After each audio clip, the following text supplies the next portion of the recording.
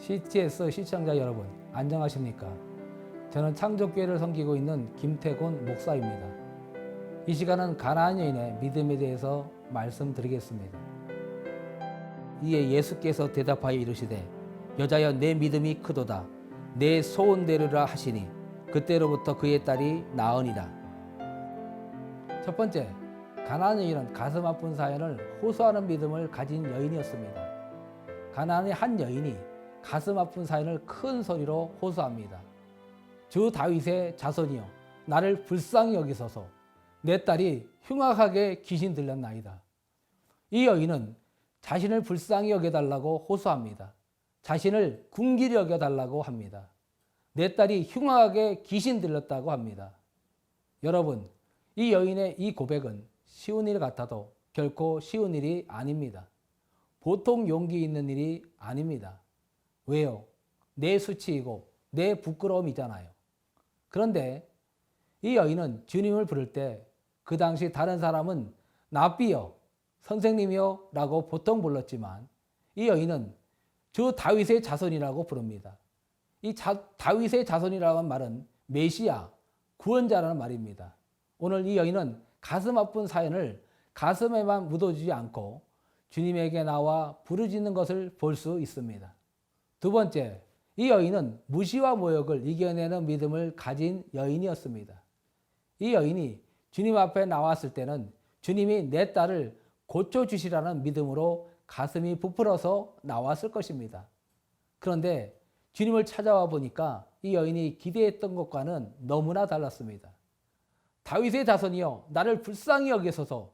내 딸이 흉악하게 귀신 들렸나이다 하되 예수는 한 말씀도 대답하지 않습니다.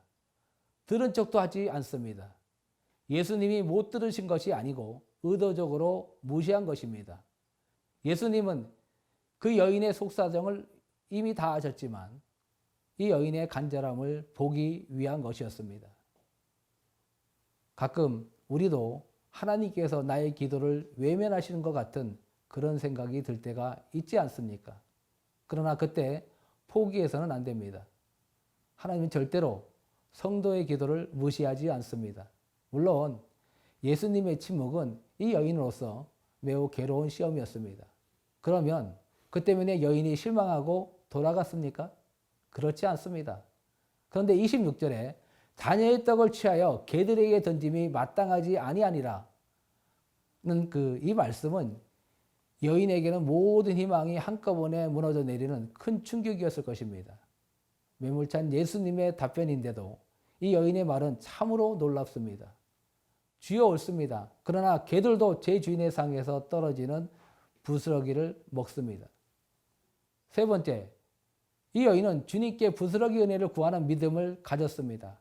주님, 큰 은혜도 필요 없습니다. 부스러기 은혜라도 주옵소서. 주님이 주시는 은혜는 설령 부스러기 은혜일지라도 우리 딸을 고치는데 부족함이 없습니다.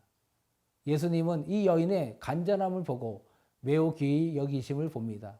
그 시로 그의 딸에게 들어간 귀신이 쫓겨나는 놀라운 은혜가 임했습니다. 그렇습니다.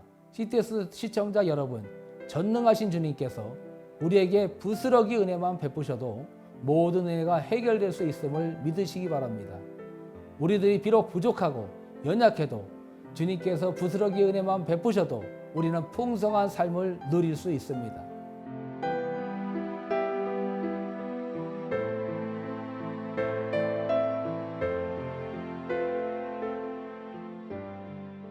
오늘 우리에게 필요한 것은 이 가나안 여인처럼 부스러기의 은혜라도 사모하는 마음입니다. 주님, 내 사업터에 부스러기 은혜라도 베풀어 주옵소서. 주님, 내 직장에, 내 자녀들에게 부스러기 은혜라도 베풀어 주옵소서.